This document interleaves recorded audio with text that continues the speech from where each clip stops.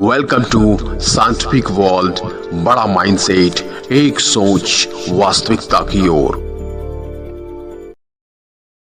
नमस्कार दोस्तों, धर्मशास्त्र आपका दोस्त या दुश्मन, यह पता लगाना है दोस्तों।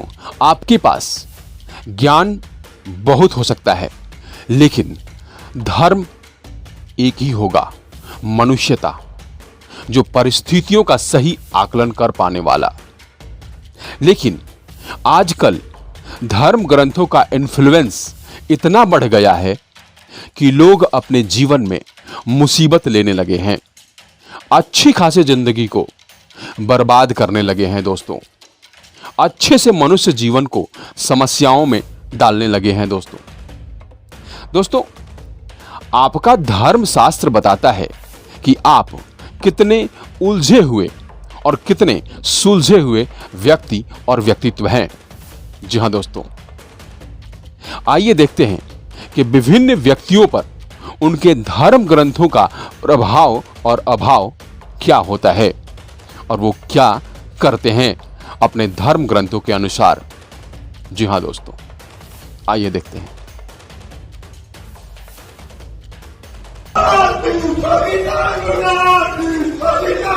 पाकिस्तान मुर्दाबाद, पाकिस्तान मुर्दाबाद, भारत जिंदाबाद, भारत जिंदाबाद।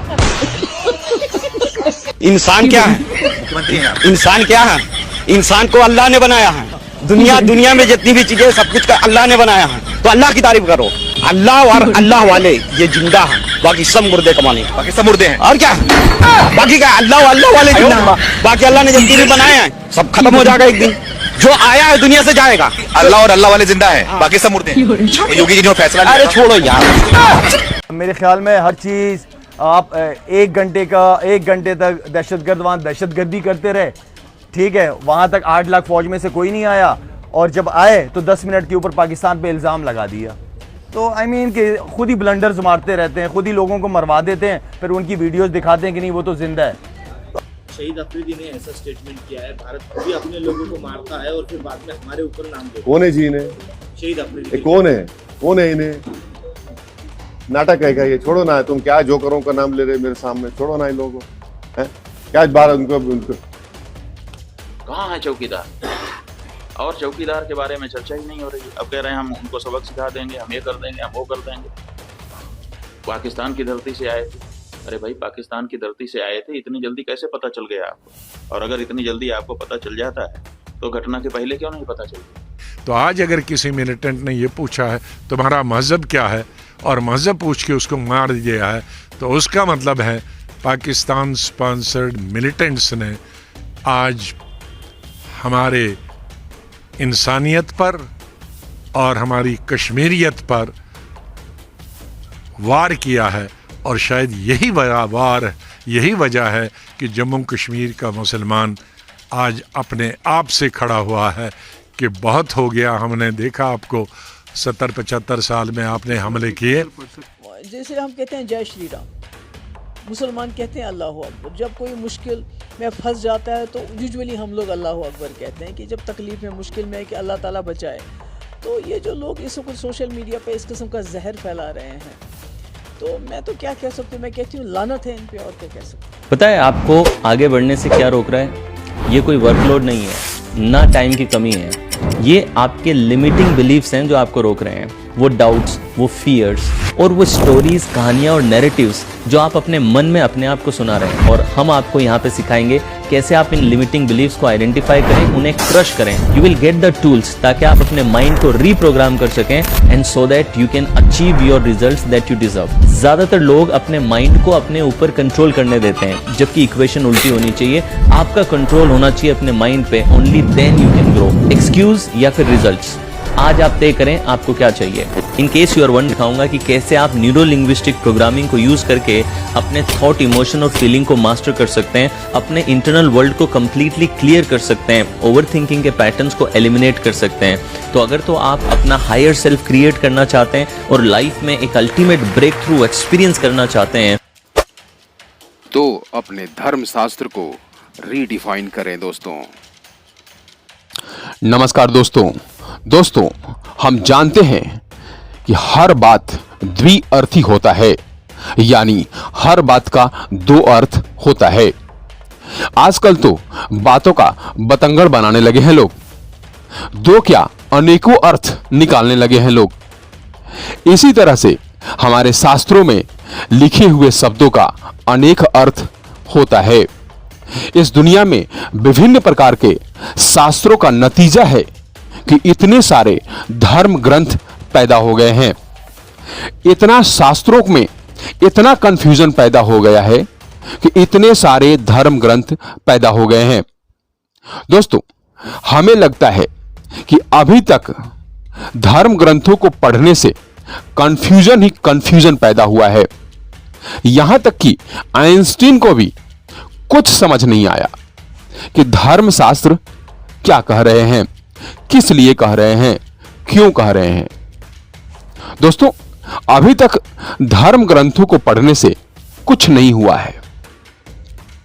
अभी तक बस पहलगाम जैसे ढेर सारे काम हुए हैं। यह सब धर्मशास्त्रों का ही देन है। साधु संतों के कंफ्यूजन भरा टीचिंग्स का ही देन है कि अभी तक लोगों को धर्मशास्त्र समझ में नहीं आया है। अभी तक कंफ्यूजन ही कंफ्यूजन पैदा हुआ है। इन्हीं संतों की गलत टीचिंग की वजह से इतने धर्मशास्त्र निर्माण हो पाया है। सनातन के शास्त्रों को, वेदों को सही तरीके से नहीं समझने का नतीजा यही हुआ है कि दुनिया में ढेर सारे धर्मशास्त्र का निर्माण हुआ है। शास्त्रों में कहा गया है कि गलत मंत्रों का उच्चारण मत करना, गलत प्रभाव पड़ जाता है। इसीलिए कि शास्त्रों में उल्टा सीधा दोनों अर्थ निकलता है। अगर सही अर्थ समझ में नहीं आया तो गलत प्रभाव तो अवश्य पड़ेगा। इसलिए शास्त्रों की बातों को बड़े ही सावधानी से समझना है, नहीं तो बुरा प्रभाव अवश्य पड़ेगा।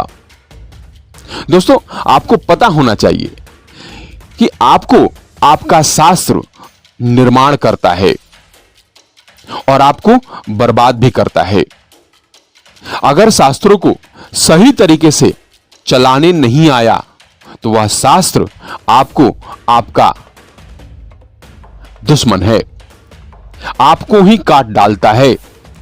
शास्त्रों के अंदर अस्त्र और शस्त्र दोनों छिपा हुआ है। अगर वह आपको बचा सकता है तो आपको मार भी सकता है।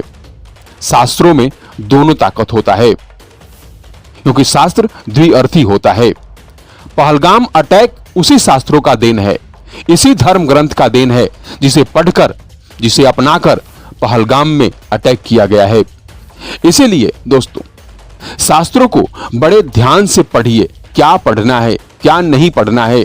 जो शास्त्र आपके जीवन को बचाता है, वह शास्त्र आपके जीवन को बर्बाद भी कर सकता है। अगर उस शास्त्र को सही तरीके से नहीं समझा गया तो वह शास्त्र आपको नासमझ भी बना देता है।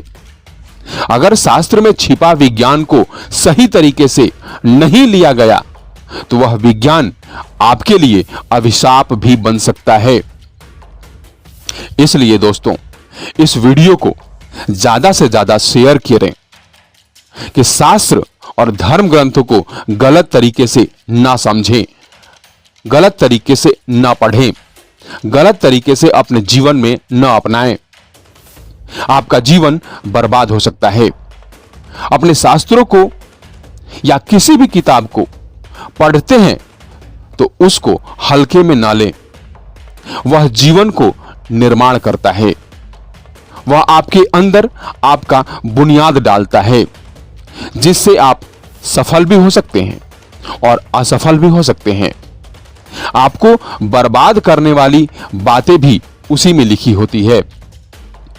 उससे बचकर पढ़ना है। क्या सही है, क्या गलत है, यह समझने की क्षमता विकसित करना है। यदि शास्त्र समझ में नहीं आता है तो कृपया न पढ़ें और धर्म ग्रंथ के चक्कर में न पढ़ें। नहीं तो गलत विद्या अगर हाथ लग गई तो आपका जीवन गलत हो सकता है। इसलिए कहा गया है, सनातन में गलत मंत्रों का उच्चारण मत करना, गलत प्रभाव पड़ जाता है। जैसे गलत मित्रों का संगत गलत संस्कार बन जाता है और जीवन पर गलत प्रभाव पड़ जाता है।